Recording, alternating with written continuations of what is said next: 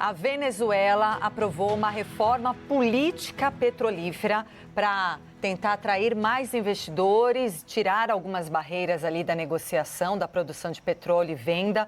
Essa nova legislação, digamos assim, permite ao governo uma maior flexibilidade para até mudar impostos, royalties do setor. Sobre isso a gente conversa agora com Alexandre Pires, professor de Relações Internacionais do IBMEC, que nos atende gentilmente. Olá, professor, boa tarde, muito obrigada por nos atender. Boa tarde, Patrícia. Boa tarde, Nelson. Boa tarde, professor. Na prática, no geral, a gente sabe que o setor de petróleo da Venezuela é algo muito importante para a economia global, algo que, de fato, os Estados Unidos sempre estiveram de olho para poder negociar através de suas companhias, mas isso depende também de toda uma modernização da estrutura atual. O que vai mudar nesse primeiro momento e até a longo prazo, quais podem ser as mudanças?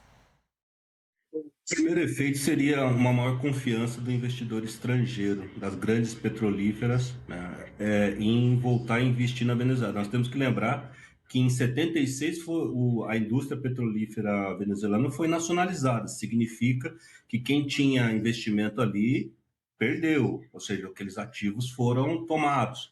Depois nós tivemos reformas com o Chávez em 99 e depois a reforma da lei orgânica dos hidrocarbonetos, em 2006, e agora nós temos uma outra grande reforma. Essa é bem diferente, Patrícia.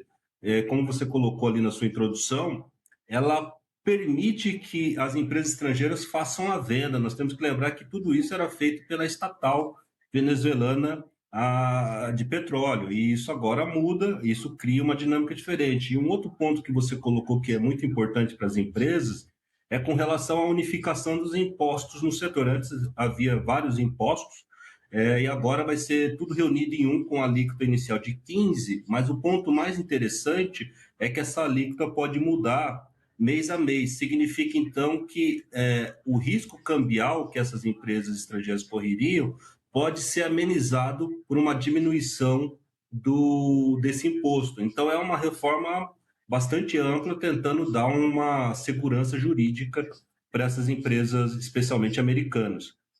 Professor Alexandre Pires, a Venezuela já foi um dos países mais ricos da América Latina, exatamente por conta da forma como conduziu a sua economia baseada no petróleo.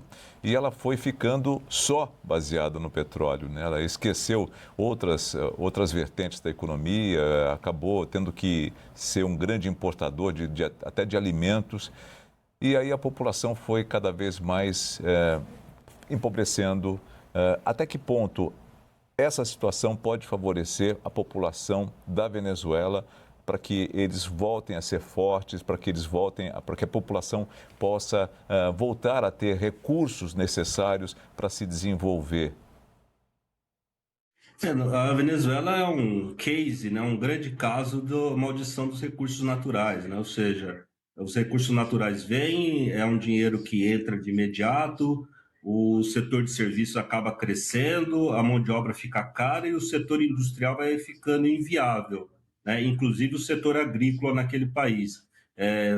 Essa equação dessa nova lei não vai mudar isso.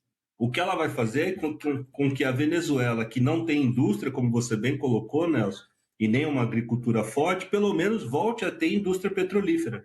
Que eles conseguiram essa façanha, né? Ou seja, ao longo de 50 anos, não conseguiram desenvolver um setor industrial e agrícola forte e conseguiram depois destruir o setor petrolífero. Ou seja, há pelo menos uma esperança de que essa estrutura sucateada seja restaurada e a produção rapidamente volte para a casa de 3 milhões de barris diários.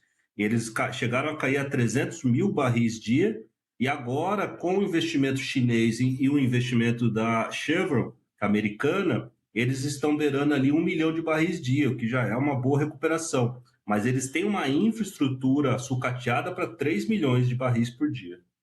Com essa medida, que é uma medida política, mais de cunho econômico importante, né, talvez do principal produto que gera riqueza poderá gerar riqueza para a Venezuela.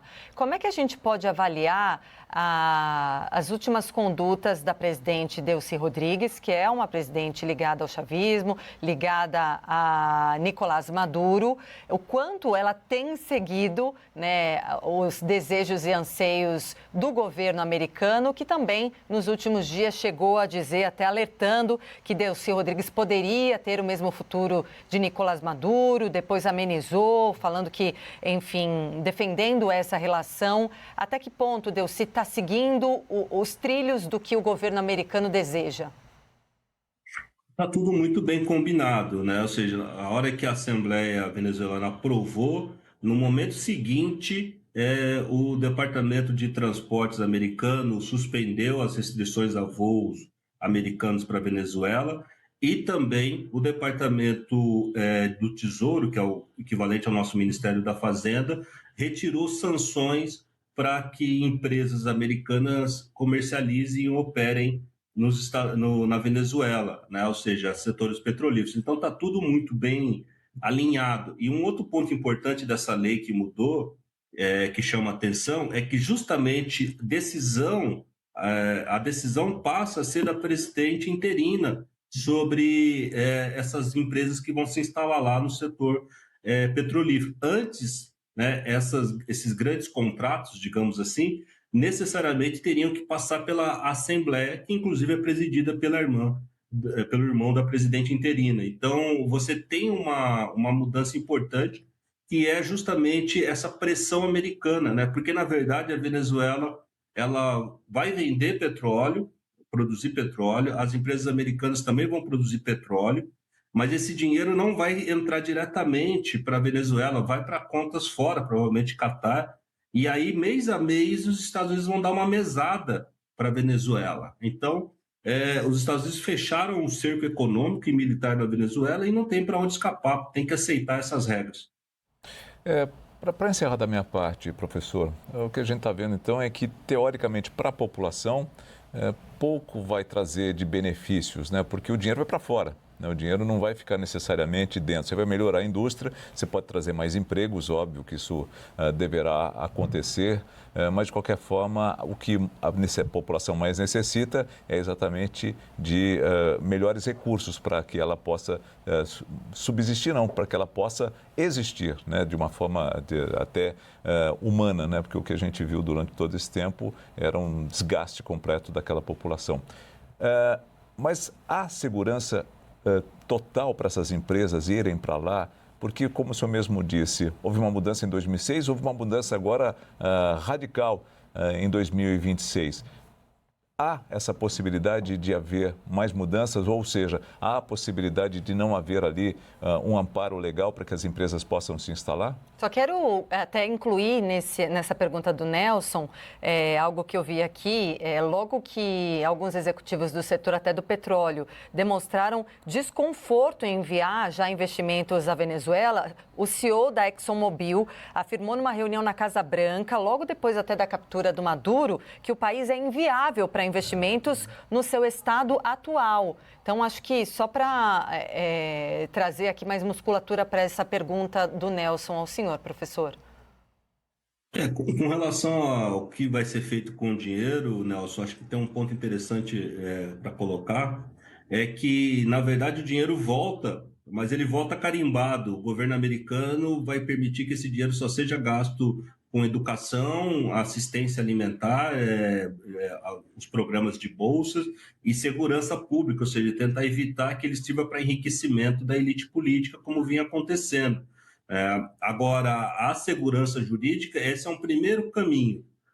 Eu acho que ainda existem coisas muito duvidosas, porque essas empresas, quando os contratos se encerrarem, vão ter que entregar os ativos que eles investiram para o Estado venezuelano. Então, isso pode criar um certo desconforto. Eu acho que essa lei ainda vai passar por algumas reformas, mas seria um primeiro caminho, lembrando que a Chevron já atua lá, né? E esses contratos vão ser ajustados, né, para que eles continuem viáveis econômica e financeiramente. Então, eu acredito, aí respondendo o ponto da Patrícia, que há uma pressão desses executivos, Patrícia, e isso vai permitir alguns ajustes. né? Olha, essa lei ainda não é suficiente e aí a Assembleia vai ser pressionada para fazer as mudanças. Tá bom. Professora, a gente até tem aqui o comentário da nossa audiência. A gente sempre pede, né, para que as pessoas comentem, mandem mensagens com nome também. Não sei se a gente consegue pedir para a nossa editora-chefe Amari tentar ver o nome desse telespectador ou telespectadora dizendo o seguinte, ó, a Rússia e a China também estão de olho no petróleo da Venezuela, tem que falar desses países também. A Venezuela só vai se desenvolver quando a ditadura acabar e o socialismo.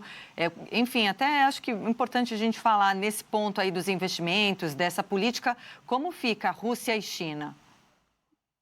Quem tem um investimento direto no petróleo agora é China, e a China espera que o contrato que ela tem ali seja cumprido, né? Ou seja, ela já tem investimento, ela espera que seja permitido que ela comercialize. Isso ainda não está resolvido. A Rússia, ela tem sido, digamos, uma credora da Venezuela, né? Tanto na parte de armamentos como outros apoios, e a Venezuela deve para a Rússia. Só que a Rússia também está sob sanções, então os ativos da Rússia estão congelados no Ocidente. É uma equação difícil aí para ser resolvida. Nesse primeiro momento, inclusive pegando lá as sanções que foram levantadas pelo Departamento de Tesouro, eles só levantaram para empresas americanas, né? Não colocaram os atuais empresas privadas, como chinesas, que estão ali, né? Porque é uma joint venture que existe entre uma empresa chinesa e a petrolífera venezuelana. Então, ainda esse cenário de Venezuela e Rússia e os outros credores da Venezuela está um pouco duvidoso. O que se sabe é o seguinte: quem vai conseguir investir nesse primeiro momento são as empresas americanas.